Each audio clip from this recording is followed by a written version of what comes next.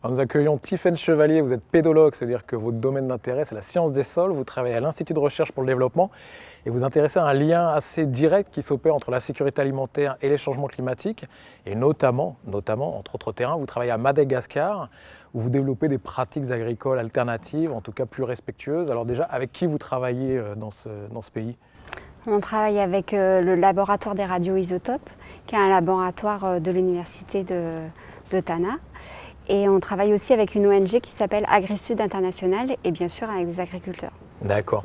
Alors on sait que l'île de Madagascar est particulièrement, on va dire, soumise aux aléas des changements climatiques, aussi beaucoup de déforestation. Donc évidemment la question des sols est vraiment primaire. Et donc vous développez des pratiques agricoles alternatives, notamment autour de l'agroécologie. Vous pouvez nous expliquer de quoi il en retourne? En fait, on travaille, comme vous disiez, entre sécurité alimentaire et climat. Et pourquoi des pratiques agroécologiques? Parce que ce sont des pratiques qui augmentent le taux de carbone dans les sols, donc le taux de matière organique dans les sols. Et cette matière organique, elle a de nombreuses propriétés dans les sols, entre autres de retenir l'eau, de retenir les éléments minéraux favorables à l'alimentation des plantes et donc un lien direct avec la sécurité alimentaire. Et cette matière organique, elle permet de stocker du carbone, puisque 50% de la matière organique c'est du carbone.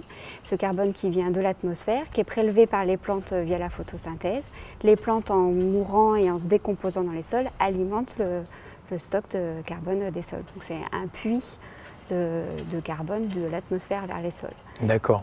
Donc la matière organique c'est super parce que non seulement c'est bon pour stocker du carbone, mais c'est bon aussi pour la fertilité des sols. D'accord, donc un vrai processus gagnant-gagnant. Et du coup, cette matière organique, vous la tirez d'où alors? D'où est-ce qu'elle vient?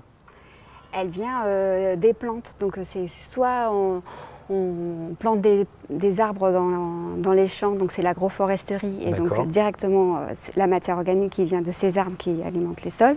Ou alors c'est des matières organiques qui viennent en dehors de la parcelle.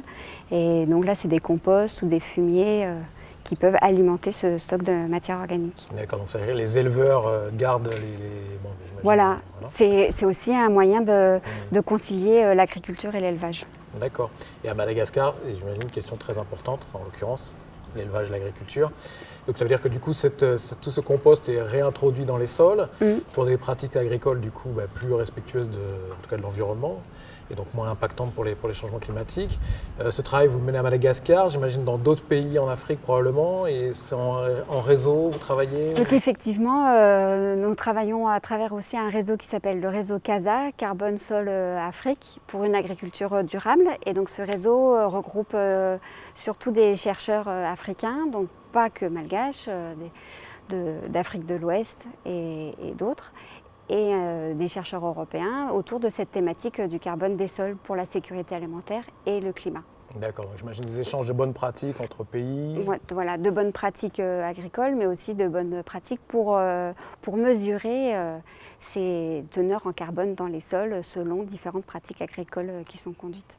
D'accord, alors aujourd'hui, quelles sont les limites qui se posent à la diffusion de telles pratiques? Les limites qui se posent, c'est qu'il faut convaincre les agriculteurs que ce sont de bonnes pratiques, de les adapter selon les contextes, parce qu'il existe de nombreuses pratiques, comme on a dit tout à l'heure, l'agroforesterie, les composts, l'association culturelle, des mulches vivants, morts, enfin. Et toutes ces pratiques, elles ne sont pas bonnes pour tout. D'accord. Pour tous les systèmes. Pour tous les systèmes. Et donc, il faut pouvoir adapter à la fois techniquement, mais aussi culturellement.